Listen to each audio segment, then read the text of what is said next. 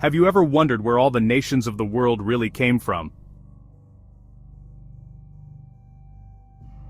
Well, according to one of the oldest stories ever told, it all traces back to a single family, Noah's family.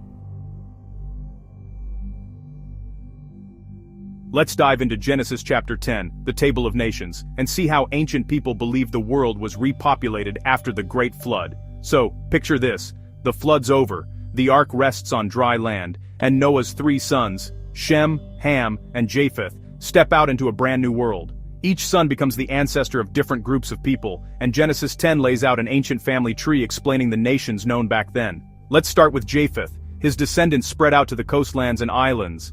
Think the Greeks, the Medes, and other Indo-European peoples. If you've ever heard of Magog, Gomer, or Javan, those names pop up here. It's like a roll call for ancient tribes that would one day become Europe and parts of Asia. Next up, Ham.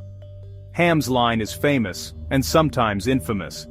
His descendants include Cush, Mizraim, Put, and Canaan.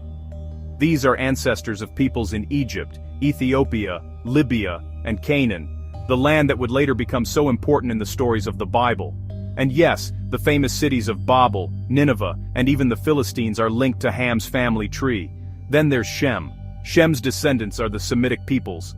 Think Hebrews, Assyrians, Arameans, and Arabs. This is the branch that leads to Abraham, and from Abraham, the line of the Israelites.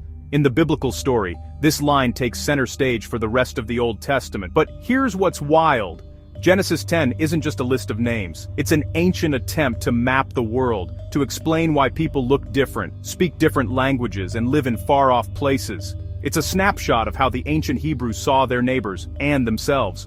Modern research has its own take, but Genesis 10 still fascinates anyone curious about the roots of civilization. So next time you hear a name like Canaan or Magog, remember, they're not just places on a map. They're echoes of a story told for thousands of years, and maybe your own story traces back to one of these ancient names. Thanks for exploring humanity's family tree with me. If you enjoyed this journey into the past, hit like and subscribe for more ancient origins, unveiled.